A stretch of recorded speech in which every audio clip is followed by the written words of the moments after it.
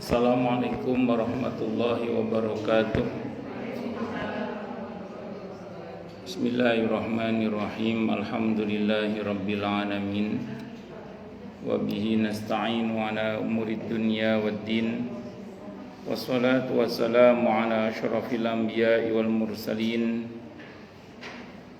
Sayyidina wa habibina wa syafi'ina wa qurrati a'yunina wa maulana Muhammadin wa ala alihi wa ashabihi wa dzurriyyatihi ajma'in, amma ba'd. Asyhadu an la ilaha illallah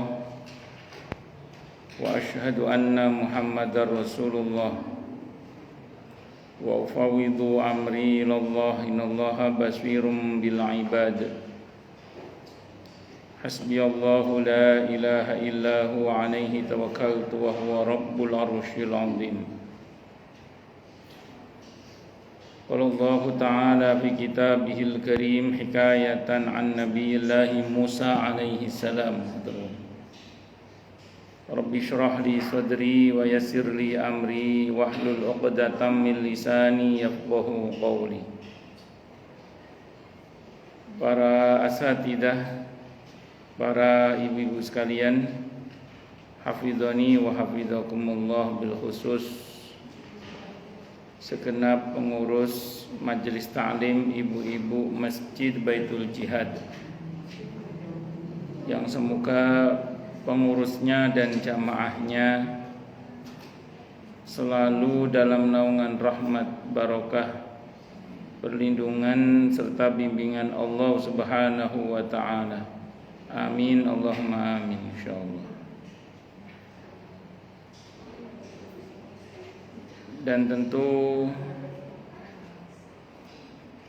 saya doakan semoga kemuliaan ibu-ibu sekalian selalu dijaga dan tingkatkan terus oleh Allah Subhanahu wa ta'ala sebagai seorang muslimah, sebagai seorang istri, sebagai seorang ibu, dunia hingga syurga. Amin, Allahumma amin, insyaallah. Allahumma inna nas'aluka ilman nafi'ah wa rizqan thayyiba wa amalan mutaqabbala wa fatahallahu lana futuhal arifin. Allahumma inna na'udzubika min ilmin la yanfa' wa amalin la yurfa' wa qalbin la yakhsha' wa du'a ila yusma'. Allahumma ati anfusana taqwaha wa zakkiha anta khairu man zakkaha anta waliyuha wa maulaha. Amin, Allahumma amin, insyaallah. Masih melanjutkan kajian kita kitab At-Tadhkirah karya Al-Imam Al-Qurtubi rahimahullah rahmatan wasi'ah wa rahimallahu ulama al-muslimin.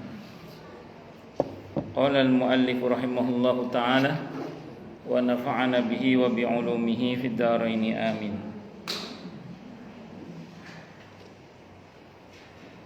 Bismillahirrahmanirrahim. Halaman 691, betul nggih?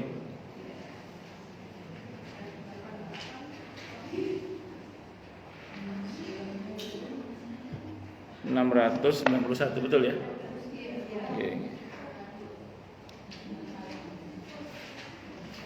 Bismillahirrahmanirrahim. Dan diriwayatkan dari Ibnu Abbas radhiyallahu anhuma bahwa dia membaca wa in minhum dan seterusnya sebagai kelanjutan dari ayat-ayat sebelumnya, yang merupakan jawaban terhadap perkataan orang-orang kafir, yaitu firman-Nya di surah Maryam. Bukan surah Maryam, surah apa artinya? Apa? Ya, yang artinya demi Tuhanmu sesungguhnya akan kami bangkitkan mereka bersama setan-setan.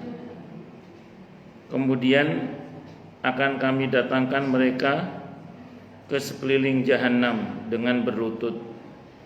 Kemudian pasti akan kami tarik dari tiap-tiap golongan siapa di antara mereka yang sangat durhaka kepada yang Maha Pemurah.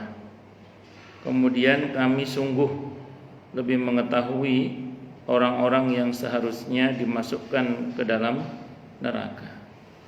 Sesudah itu dilanjutkan dengan di surah Maryam ayat 68 sampai 71. Dan tidak seorang pun dari kamu sekalian melainkan mendatangi neraka itu. Hal itu bagi Tuhanmu adalah suatu kemestian yang sudah ditetapkan. Jadi ini yang sudah saya terangkan kemarin ya, bahwa setiap kita pasti akan melewati neraka. Hanya apakah kemudian yang bersangkutan itu selamat atau tidak selamat. Secara umum orang yang beriman cuman lewat saja tapi enggak disiksa. Kenapa kok cuman lewat? Karena memang dalam hadis Sahih Muslim, sirat itu terbentang di atas neraka. Nah, semua orang melintasi nopo sirat.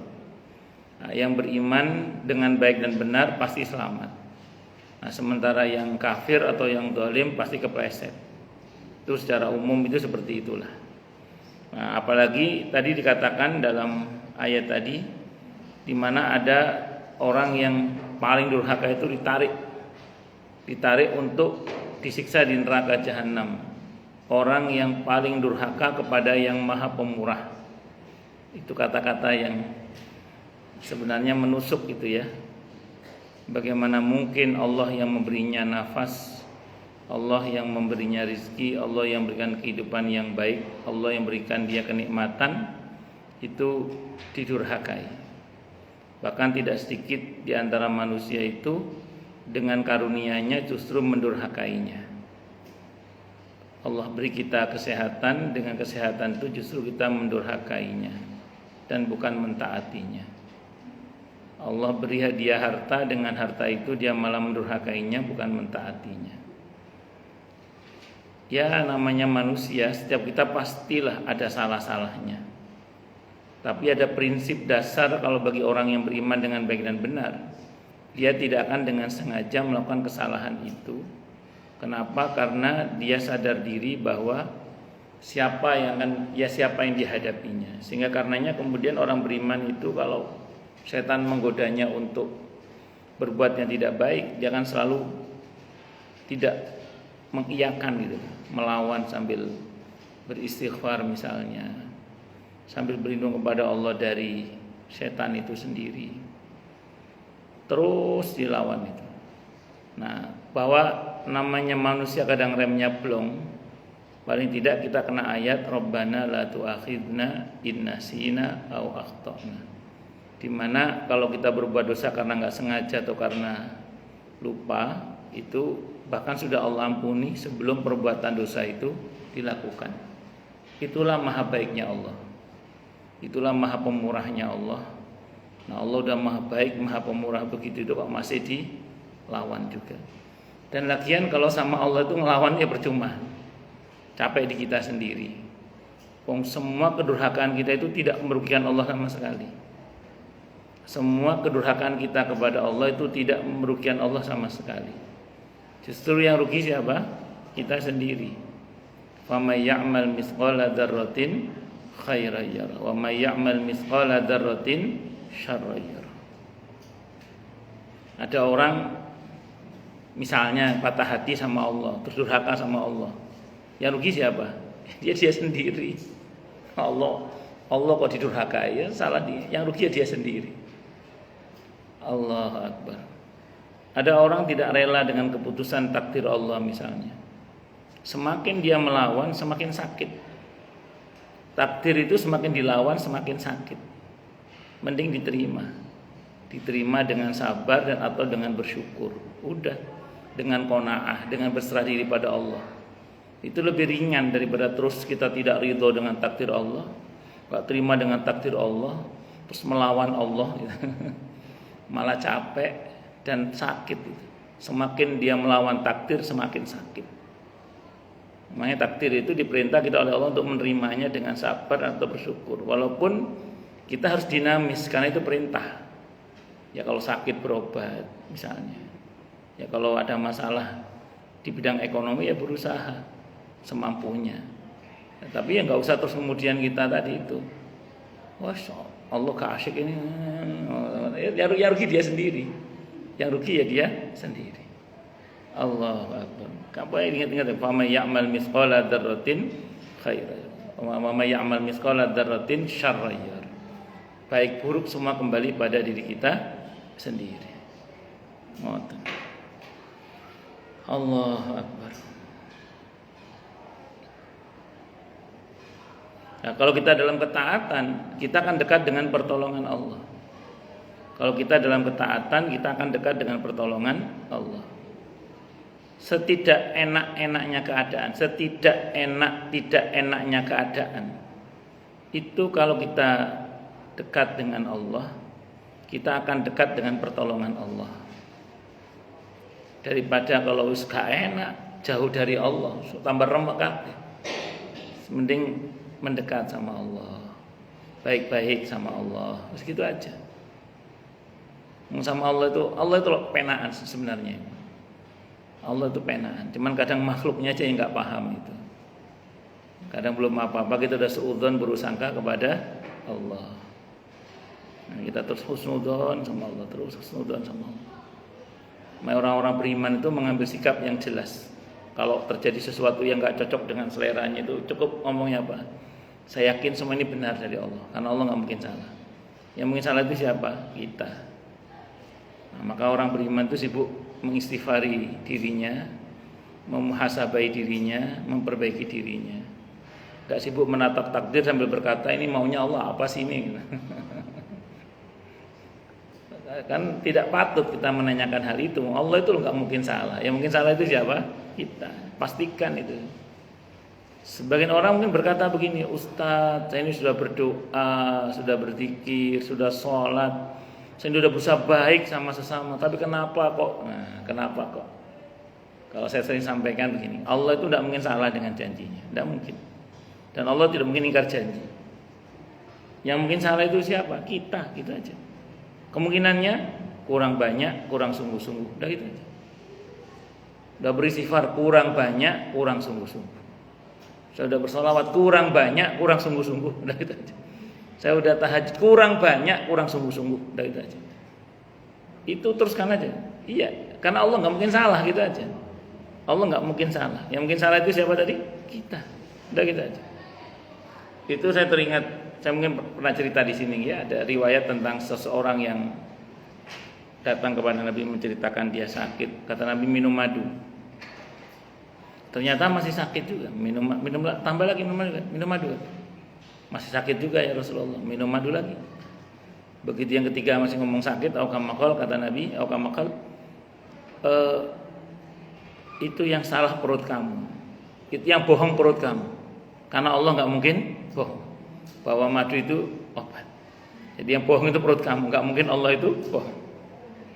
Asal madu yang asli ya, jangan madu yang abal-abal, madu yang asli. Jadi ya itu tadi, kemungkinannya kita ini kalau bilang saya sudah beristighfar Ustaz kurang banyak, kurang sungguh-sungguh, udah itu aja.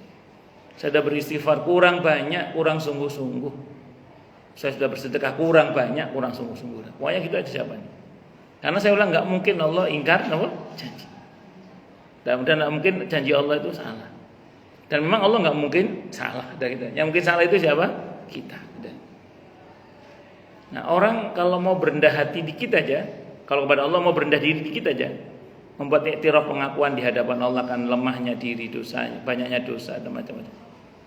Insya Allah itu lebih baik daripada kita sibuk melakukan apa?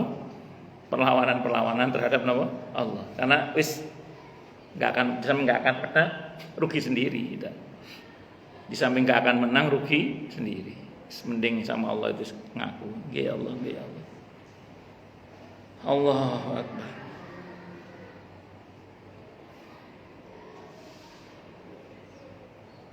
Bon lanjut. Demikian pula kadang ada yang aneh itu. Saya pernah ada jamaah itu. Ada jamaah itu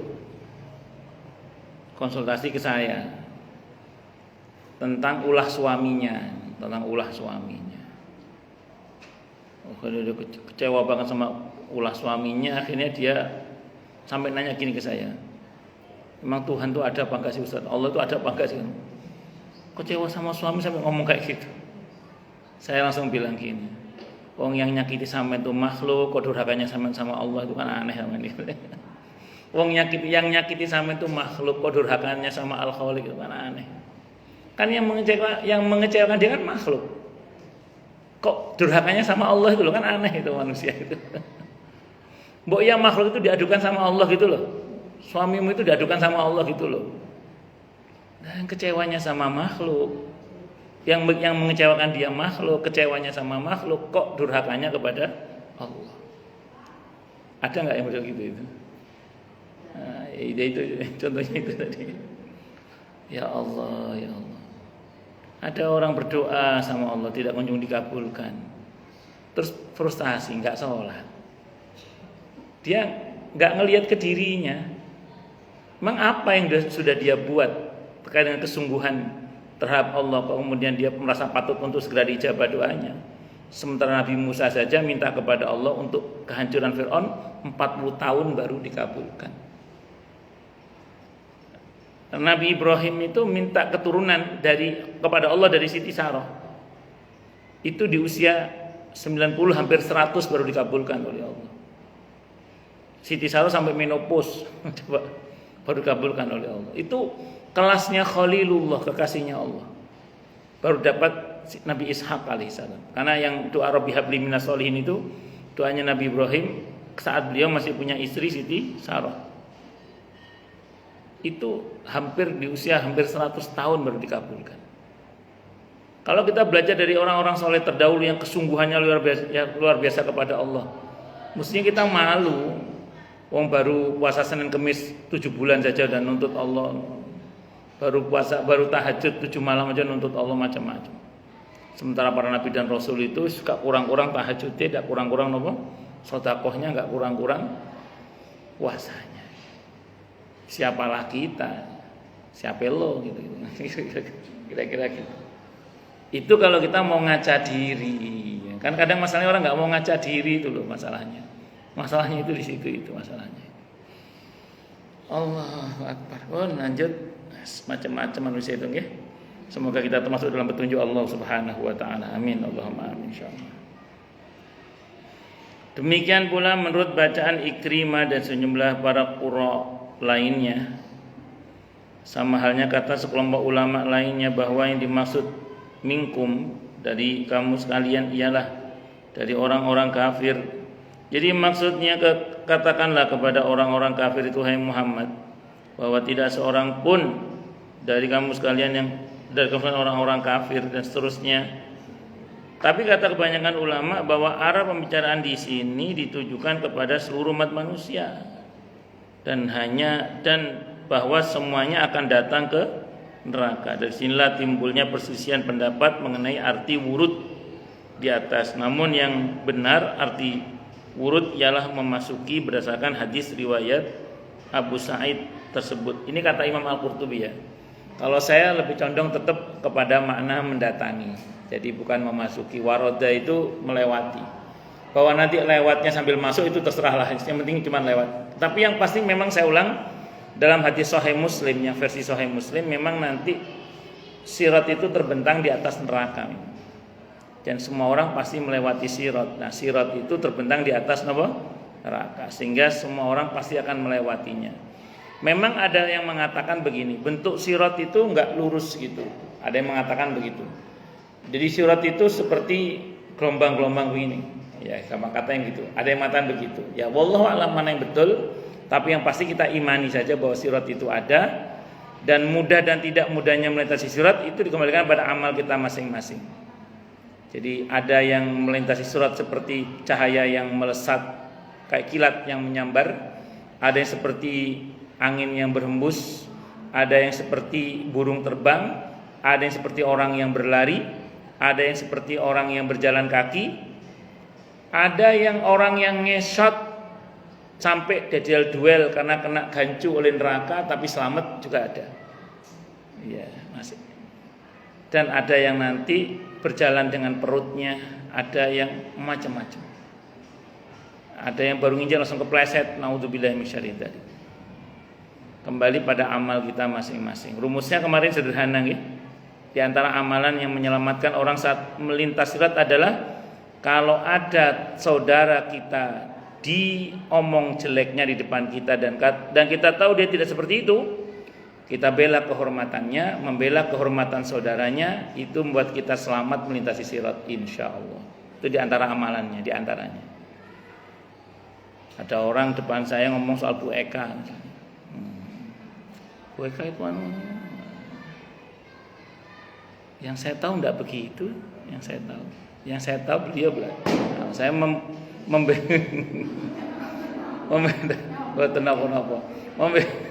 membela kehormatan apa santai mawon Bu. Kalau nggak gitu kan ngantuk nanti. Jadi saya membela kehormatannya Bu Eka itu merupakan bagian dari amalan yang insya Allah menyebabkan saya dan kita semua insya Allah, yaitu melintasi sirat dengan selamat. Kenapa? Amalan lain kemarin bersegera dalam kebaikan, ya, mensegerakan kebaikan. Jadi semakin cepat dia dalam kebaikan, semakin cepat pula dia melintasi siratnya. Nah, kan kita diperintah untuk bersegera dalam kebaikan, bukan tergesa-gesa ya, segera. Kalau tergesa-gesa bisa celaka, kalau segera barokah. Itu segera dalam kebaikan. Semakin cepat kita menyambut perintah Allah, semakin cepat kita melintasi sirat. Tentu mungkin tidak semua amalan kita bisa cepat, tapi paling enggak adalah bagian yang kita cepat lah gitu. Paling enggak pas panggil suami, "Ma, iya pas." Paling enggak pas panggil apa? Suami. Nah, jadi singkat cerita itu amalan-amalan kita nanti menentukan selamat atau tidak selamatnya kita dalam melintasi apa? Sirat. Itu. Allahu Akbar. Ya, menjaga kehormatan saudaranya sesama muslim. Ya, di riwayat yang sudah kita bahas sebelumnya kemarin ya. Di antara riwayat yang kita bahas kemarin, dia menjaga kehormatan saudaranya ketika dia dijatuhkan depan kita. Kalau kita memang tahu betul orang itu tidak seperti itu. Nah, kalau kita tidak tahu, kadang ada juga orang yang diomongin depan kita tidak tahu. Tutup telinga yang gitu. Jangan jadi pendengar yang baik. Takutnya nanti kita masuk memiliki dosa yang sama dengan yang membicarakan ghibah itu. Nah, terus kalau bisa kita hindari kalau bisa. Yang repot pas ghibahnya di dalam mobil, kita numpang lagi, nggak bisa mengelak. Nah, tapi kalau kita tahu orang itu tidak seperti yang dibicarakan, kita sepatutnya membela kehormatannya. Kita membela apa?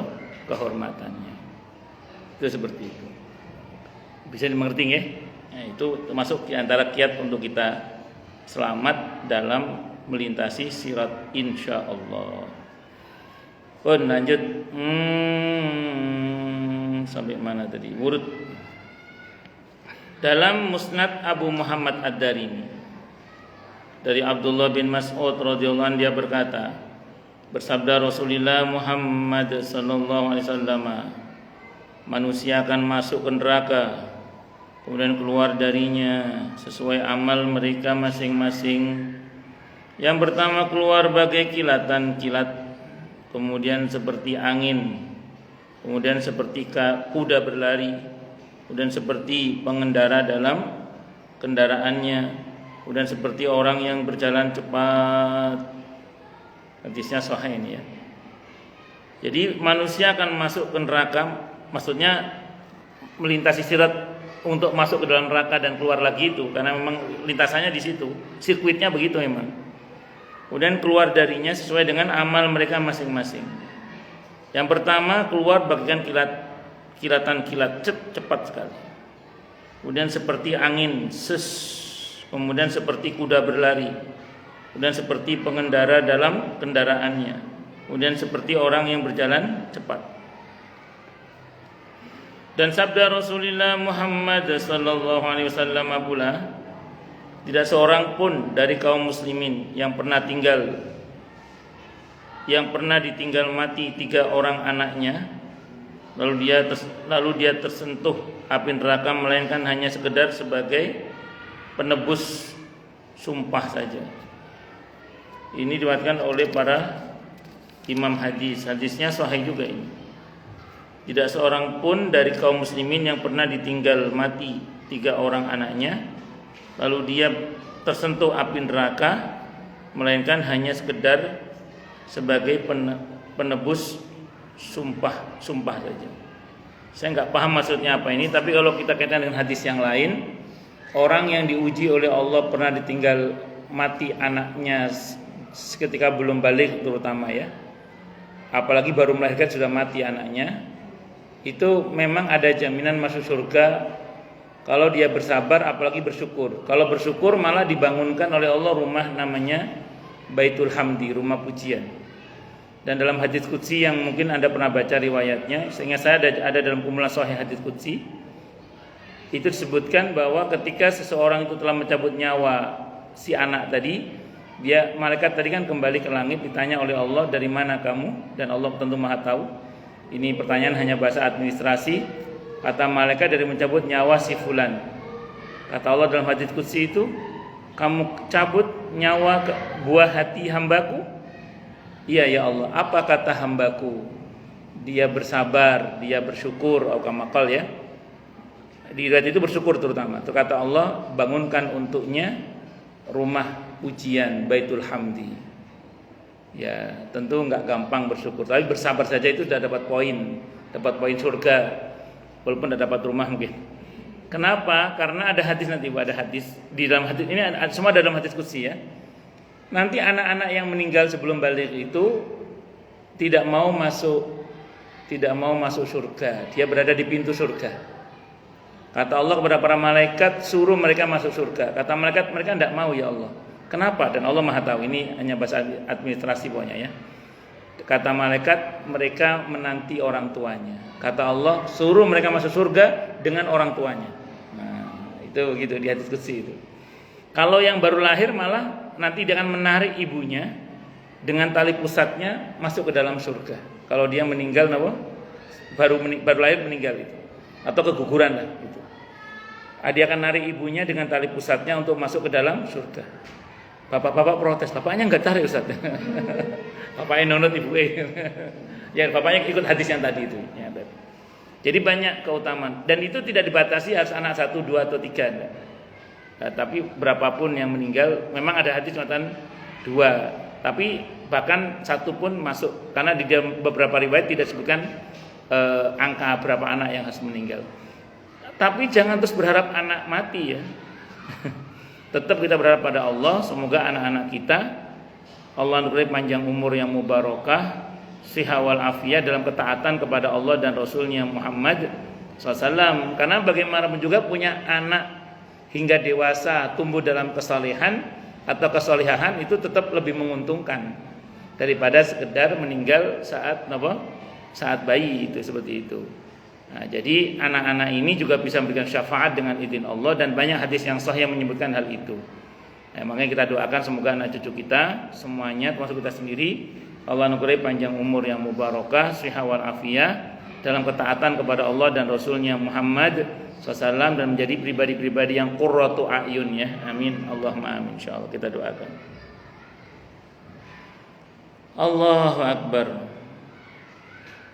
Kata Az-Zuhri agaknya dengan sabdanya ini Rasulullah Muhammad SAW bermaksud menerangkan surah Maryam ayat 71 tersebut di atas. Kalau kita lihat dari hadis yang belakangan tadi itu, berarti ini intinya pada kesabaran sebenarnya. Orang yang sabar itu insya Allah dia akan selamat dalam melintasi sirat, dan insya Allah tidak akan sampai disiksa di neraka. Sabar itu. Nah, dalilnya mana? Kalau secara umum ya, sabar itu secara umum pertama dalam hadis Sahih Muslim, orang yang bersabar itu dosanya rontok seperti daun yang berguguran dari dahannya. Tidaklah seseorang itu diuji dengan sesuatu yang tidak dia sukai, termasuk walaupun hanya dengan tertusuk duri itu, kecuali dosanya akan rontok seperti daun yang berguguran dari dahannya. Itu dalam hadis Sahih Muslim maupun maqal. Terus kemudian orang yang bersabar itu diberi pahala yang besar oleh Allah. Innama yuwaffas sabiruna ujurahum yaumal qiyamah. Orang yang sabar itu akan dipenuhi pahalanya oleh Allah pada hari kiamat nanti. dan itu yang membuat dia insya Allah selamat dari api neraka. Kemudian yang ketiga, Allah itu menyatakan kebersamaannya atau cintanya kepada orang-orang yang sabar. Innallaha ma'as sabir.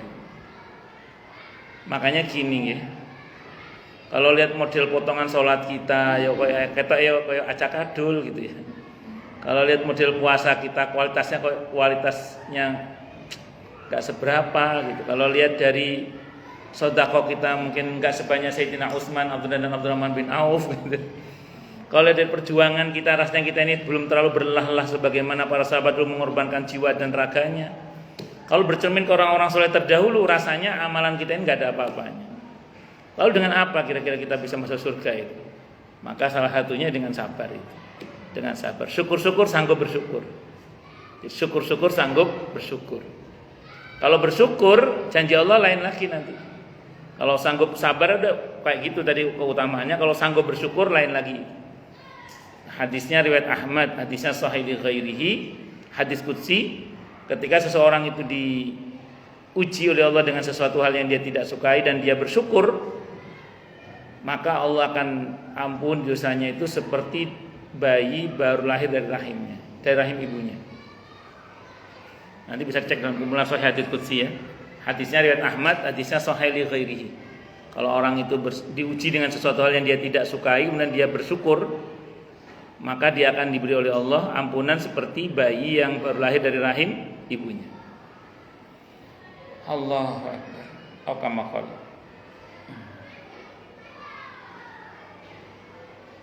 Dan orang yang pandai bersyukur itu menjadi hamba spesialnya Allah. Wa qalilum min ibadiyasy syakur. Itu surah Saba ya. Surah Saba, surah ke-34, kalau enggak salah ayat 13 kalau saya enggak salah. Itu tentang Nabi Daud yang sudah bersyukur dan Allah perintah untuk lebih bersyukur lagi, dan Allah nyatakan wa qalilum min ibadiyasy syakur. Sedikit sekali dari hambaku yang pandai bersyukur. Sedikit sekali dari hambaku yang pandai bersyukur.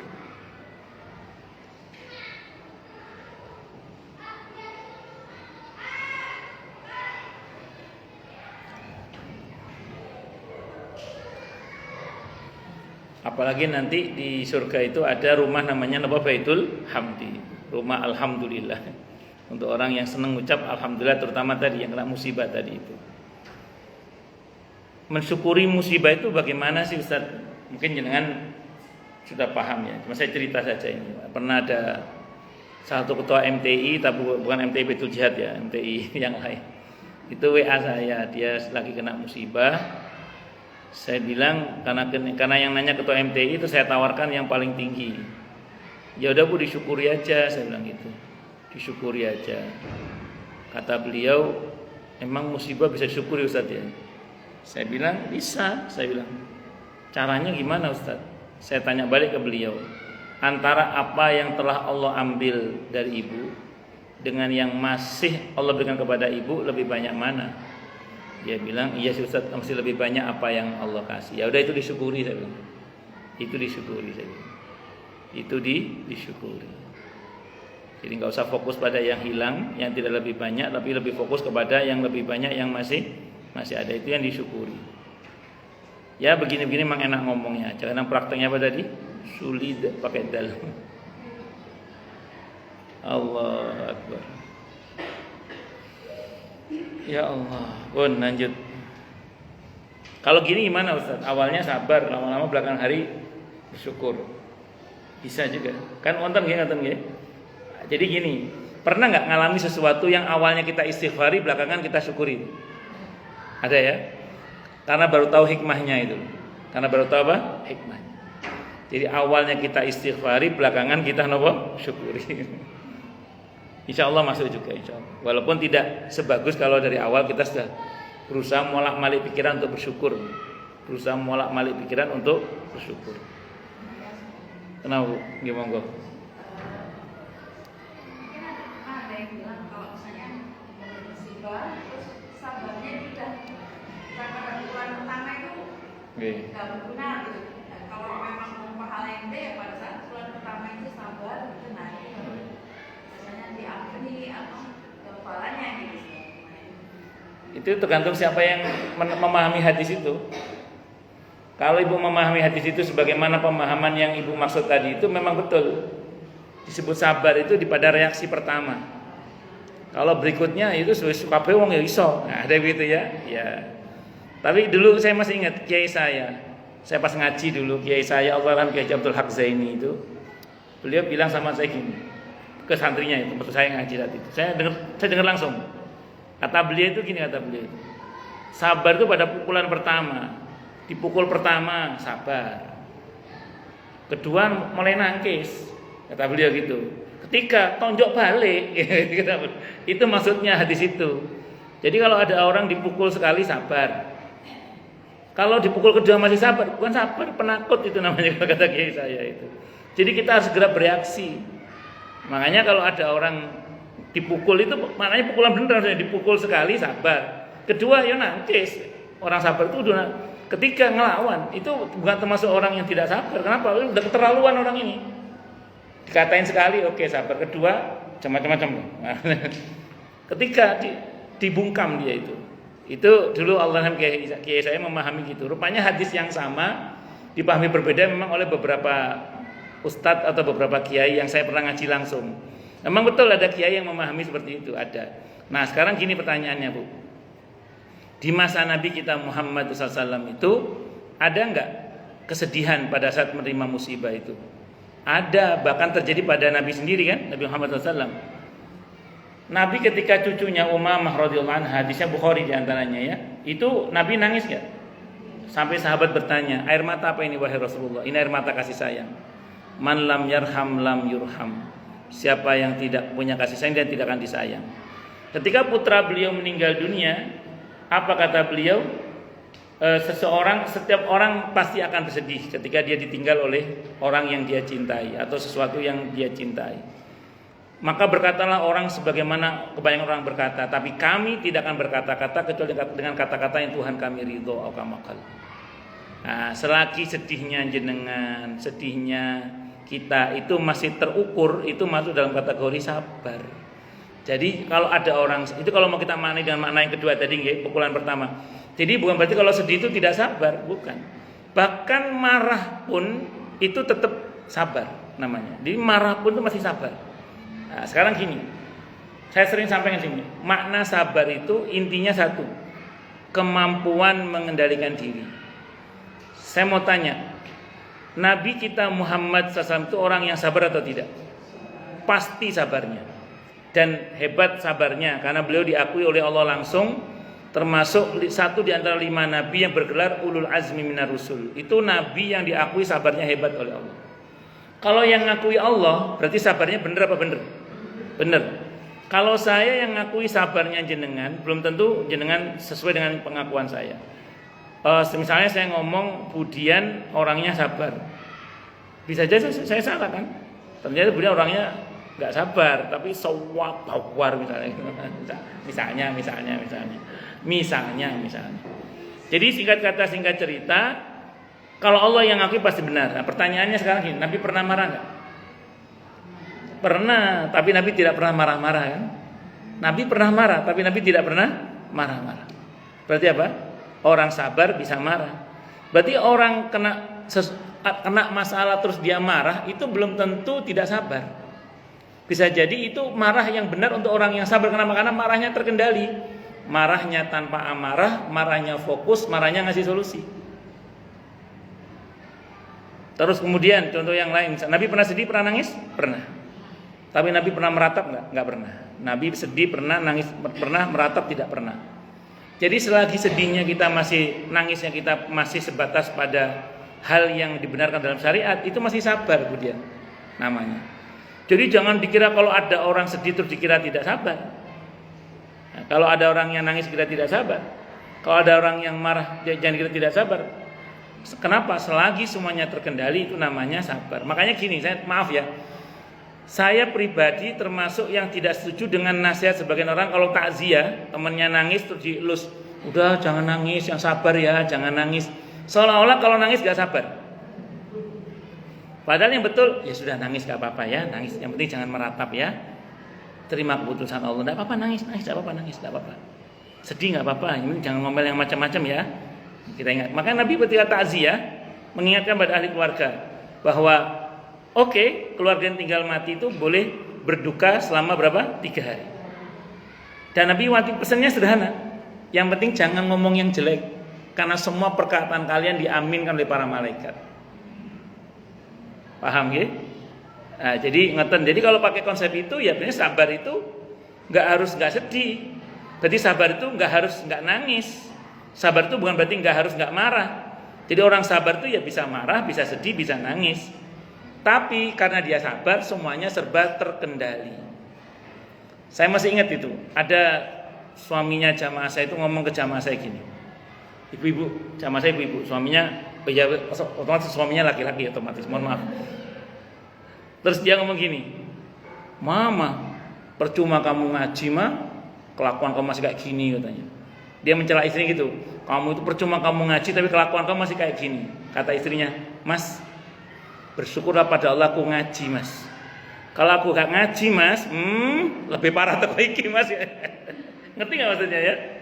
Artinya dia mau ngomong sebenarnya, untung aku ngaji loh, Mas. Saya gak ngaji, aku lebih parah teko iki lagi. Artinya dia masih bisa mengendalikan diri di balik apa yang menurut suaminya gak bagus itu gitu. Padahal itu sudah terkendali, dia itu sudah terkendali. Lah aku gak ngaji, Mas, lebih parah teko iki. Kata jamaah saya ngomong gitu ke suaminya. Ya, jadi singkat kata singkat cerita, ya asal semuanya masih terkendali, insya Allah itu namanya masih sabar. Nah, ngoten nggih Budian nggih. Itu kalau mau kita maknai dengan makna yang kedua nggih.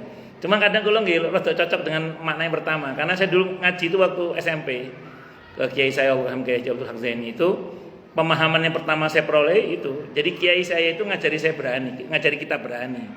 Jadi diganggu wong, diganggu pertama oke, kita sabar, kita tahan, enggak usah komentar. Kolek kedua mulai bela diri. Ngono iki saya ngoten. Lek mulai ketiga lawan, kata kiai saya gitu. Terus intinya gini sebenarnya, kalau ada orang disikat sampai 2-3 kali kok nggak ngelawan, itu bukan sabar, itu pengecut namanya, kata kiai saya itu beliau. Saya memahami itu, oh berarti beliau ngajari santri untuk berani. Kalau bahasa sederhananya, kita mesti memang kadang perlu bereaksi untuk membungkam mulutnya orang-orang yang tidak bertanggung jawab itu, atau untuk membungkam orang-orang yang sombong supaya mereka itu tidak sombong lagi. Ya tentu kalau kita mampu. Kalau nggak mampu ya wes ya piye maneh ya nahan. Itu seperti itu.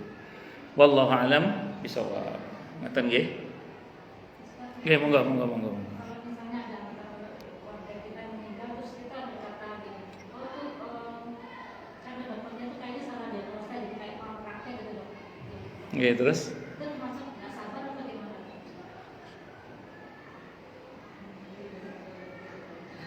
Sebentar. Kita menyarankan, kita agak menyarankan cara menyarankan dokter itu gitu. Bentar. Jadi ceritanya ada keluarganya meninggal dunia. Belakangan diketahui itu malpraktek.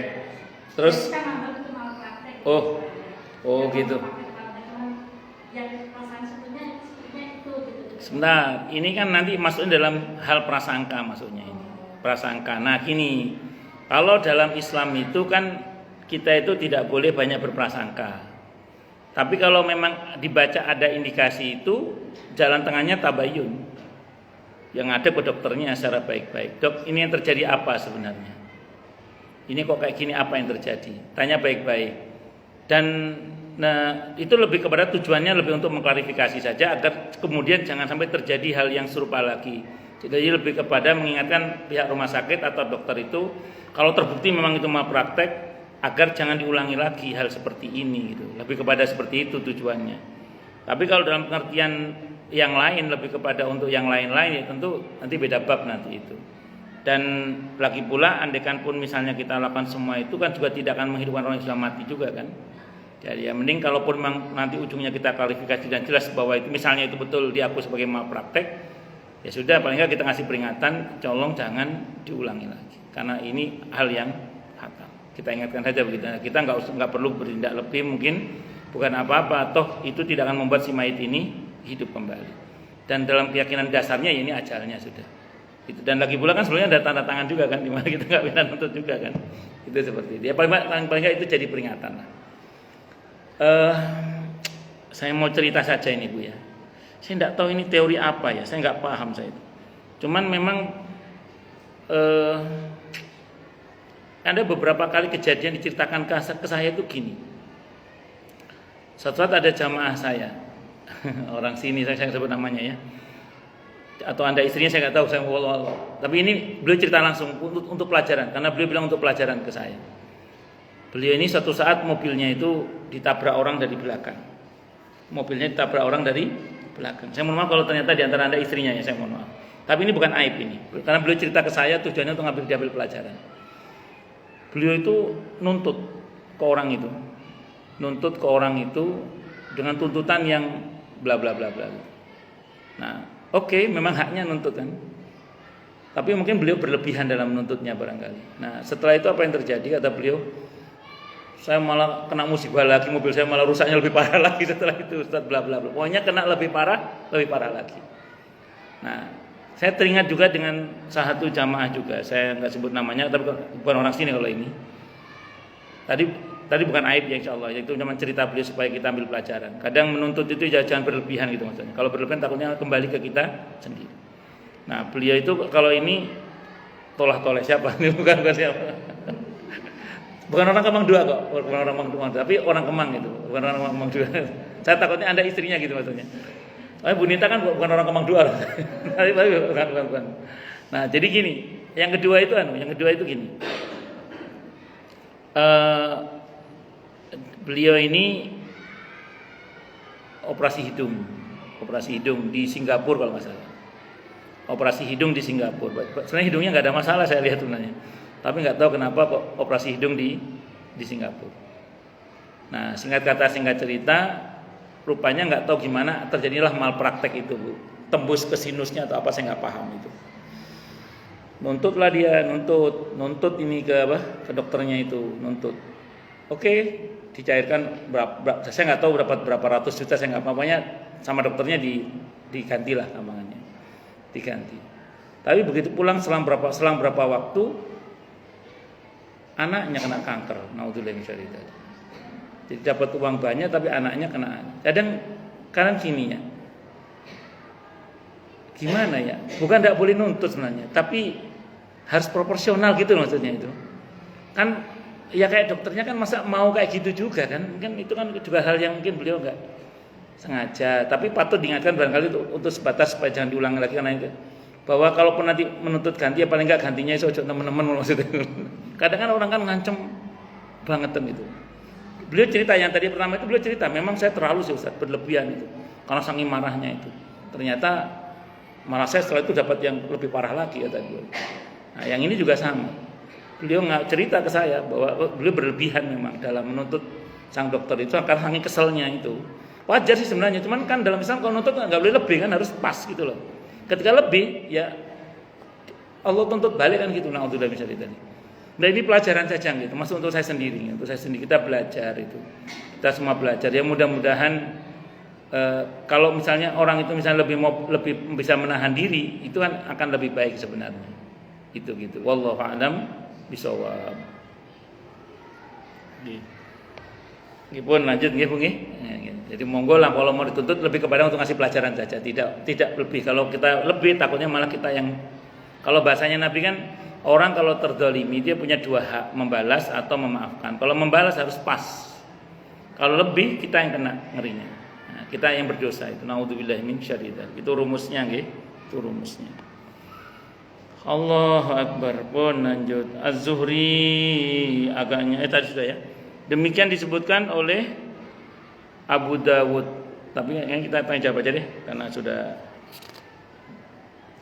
Oke, mau yang mau tanya dulu, tanya, protes, marah boleh.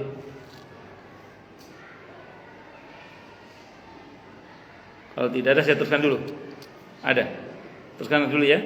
Oke, bis. Demikian disebutkan oleh Abu Dawud atau Yalisi rahimahullah dalam musnadnya, dan ini semakin memperjelas tentang apa yang telah kami sebutkan di atas.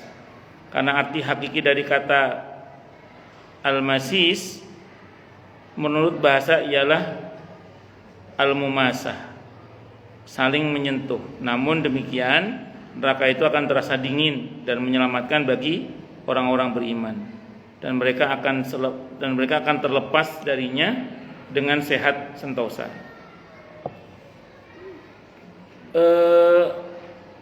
Bagaimana penjelasan ilmiahnya? Mau masuk di neraka yang panas kok kemudian tidak terasa panas? Saya tidak cukup ilmu untuk menjelaskan secara ilmu pengetahuan sains maksudnya. Tapi kalau kita bicara pakai iman, ya dulu Allah sudah mencontohkan dengan kejadian Nabi Ibrahim alaihissalam misalnya. Tapi memang itu harus dilihat pakai kacamata iman. Kalau nggak pakai kacamata iman, semua orang mengatakan nggak mungkin. Ya kalau dibilang nggak mungkin, ada banyak hal sebenarnya yang menurut sains mungkin.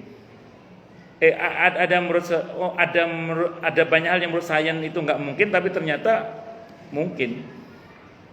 Kalau kita pakai pendekatan ilmu pengetahuan kan air itu harusnya kan bercampur. Tapi nyatanya Allah bikin laut antara asin dan tawar tidak bisa bercampur sampai detik ini. Ya kan seperti itu. Kalau menurut teori gimana?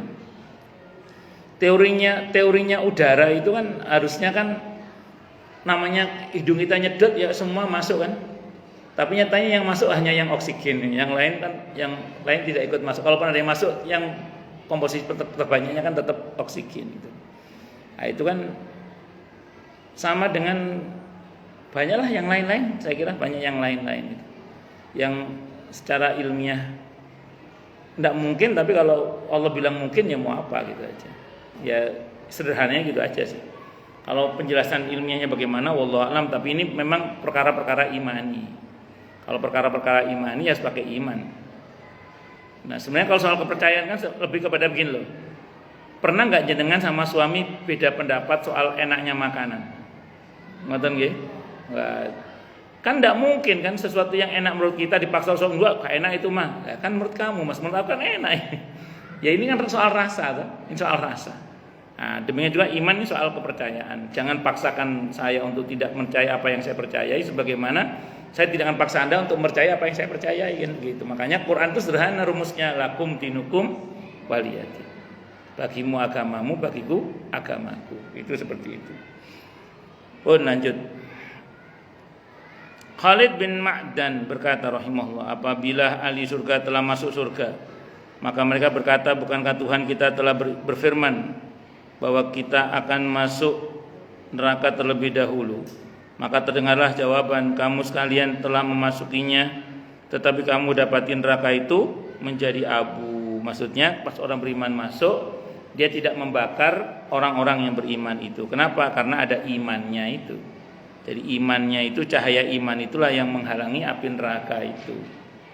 Saya katakan bahwa dari berbagai pendapat tersebut di atas dapat disampaikan bahwa orang yang memasuki neraka tetapi tidak mendapat bahaya dari panas dan nyalanya, berarti dia dijauhkan dan diselamatkan darinya. Semoga Allah menyelamatkan kita dari neraka atas karunia dan kemurahannya, dan menjadikan kita termasuk orang-orang yang mendatanginya dengan selamat dan keluar darinya dengan sehat sentosa. Amin Allahumma amin. Intinya semoga kita semua dimasukkan oleh Allah dalam surganya dengan bebas hisab, bebas adab. Amin Allahumma amin insyaallah.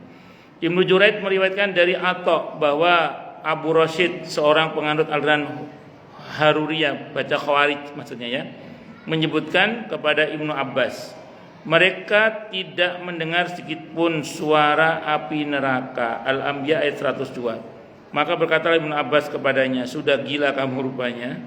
Kalau begitu bagaimana halnya dengan firman Allah Ta'ala di surah Maryam ayat 71, dan tidak seorang pun dari kamu sekalian melainkan mendatangi neraka itu. Dan firman-Nya yang artinya juga, lalu Allah memasukkan mereka ke dalam neraka, surah ayat 98. Dan juga firman Allah, ke neraka jahanam dalam keadaan dahaga. Ke neraka jahanam dalam keadaan dahaga, surah Maryam ayat 86. Dan bukankah di antara doa umat-umat terdahulu adalah, ya Allah, keluarkanlah aku dari neraka dalam keadaan selamat, dan masukkanlah aku ke dalam surga dalam keadaan beruntung. Kemudian sementara itu banyak para ulama merasa ketakutan karena menurut mereka mendatangi neraka itu pasti, tapi entah bisa keluar darinya apa atau tidak. Contohnya sikap Abu Hurairah radhiyallahu an, jika hendak tidur ia berkata, alangkah baiknya andaikan ibuku tidak melahirkan aku. Andaikan, tapi harus mari.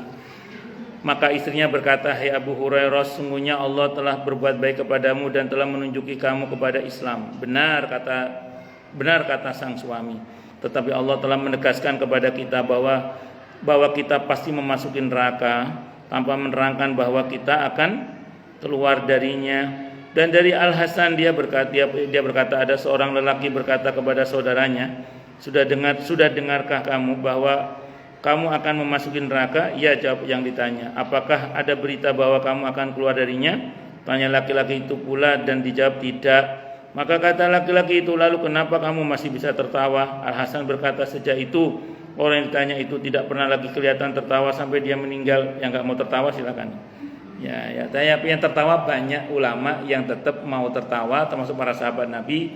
Kenapa? Meyakini luasnya rahmat Allah. Tertawa yang dicela itu tertawa yang buat kita lalai dari Allah. Nabi itu ada sahabat tertawa, Nabi ingatkan.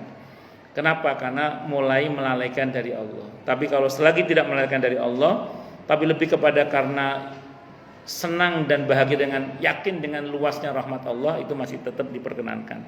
Jadi kalau tertawa jangan pede tentang diri kita, tapi lebih kepada karena kita melihat luasnya rahmat Allah, maha baiknya Allah. Maka kata laki-laki itu, lalu kenapa? Dan dalam riwayat dan dalam hal ini ada diriwayatkan dari Ibnu Abbas radhiyallahu anhuma bahwa dia pernah berkata kepada Nafi' ibn Al-Azraq radhiyallahu an, seorang penganut aliran Khawarij. Ojo omong radhiyallahu anhu kepada Nafi' bin Al-Azraq, seorang penganut aliran Khawarij. Adapun saya dan kamu pasti mendatangi neraka, tapi Allah kemudian menyelamatkan saya dan saya kira Allah tidak akan menyelamatkan kamu. Ini kata orang Khawarij. Kata Ibnu Mubarak telah mengabarkan kepada kami Ismail bin Abi Khalid dari Qais bin Abi Asim, dia berkata Abdullah bin Rawaha menangis, maka istrinya ikut pula menangis.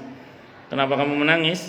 Tanya Abu Ibnu Rawaha kepada istrinya, dan dia jawab, saya menangis karena melihatmu menangis. Maka berkatalah Abdullah, sungguhnya aku tahu bahwa aku pasti mendatangi neraka, tetapi aku tidak tahu apakah aku akan bisa terlepas darinya atau tidak. Semana dengan ini berkatalah seorang penyair, jelas dan nyata telah datang berita, kita akan mendatangi neraka, benar dan meyakinkan isi dada, tak ada berita keluar darinya. Ini kata seorang penyair. Tadi itu saya tertarik dengan di dalam hal ini ada diriwayatkan dari Ibnu Abbas radhiyallahu anhu bahwa dia berkata kepada Nafi' bin Al-Azraq, seorang penganut aliran Khawarij, adapun saya dan kamu pasti mendatangi neraka, tapi Allah kemudian menyelamatkan saya dan saya kira Allah tidak akan menyelamatkan kamu. Itu konteksnya jangan dipahami Ibnu Abbas sombong ya. Jadi ini ada riwayat di An-Nasa'i itu. Ceritanya Ibnu Abbas ini izin kepada Sayyidina Ali bin Abi Thalib radhiyallahu anhu untuk berdebat melawan orang Khawarij. Orang Khawarij ini orang yang kalau zaman sekarang dikenal dengan kelompok takfiri, yang gampang mengkafirkan orang lain itu. Nah, beliau sendiri melawan 6.000 orang. Sendiri melawan berapa? 6.000 orang. Dan setelah debat itu ada sekitar 2.600 orang tobat. Dari 6.000, 2.600 tobat. Masuk barisan Ahlus Sunnah. Itu Ibnu Abbas sendirian tuh melawan 6.000 orang debat. Nah, mungkin ini bahasa-bahasa debat ya, dimana untuk menyadarkan yang bersangkutan supaya dia sadar bahwa dia itu nggak bener gitu loh, maksudnya itu. Kok selama ini dia nyalakan orang sekali ya dia disalahkan juga, biar dia sadar bahwa ya, dia juga ada salahnya. Karena selama ini kan dia merasa bener dewe yang itu orang-orang Khawarij.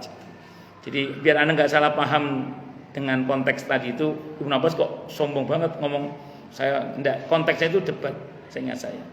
Jadi memang Ibnu Abbas pernah debat melawan orang-orang Khawarij yang saat itu mereka mengkafirkan Sayyidina Ali bin Abi Thalib radhiyallahu anhu, mengkafirkan Muawiyah bin Abi Sufyan radhiyallahu anhu, mengkafirkan Amr bin As radhiyallahu anhu.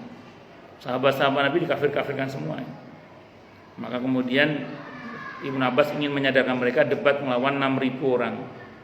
Alhamdulillah, Masya Allah 2.600 orang tobat, masuk barisan Ahlus Sunnah.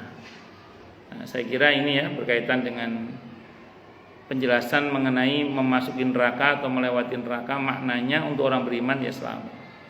Tapi mengenai pernyataan bahwa tidak ada jaminan keluar itu lebih kepada kehati-hatian kita aja supaya kita nggak overconfident itu, nggak terlalu percaya diri secara berlebihan. Karena gini, dalam Islam itu dibalik percaya diri itu tetap harus menyisakan kekhawatiran supaya kita ada ruang untuk rendah hati. Dalam Islam itu pede itu harus.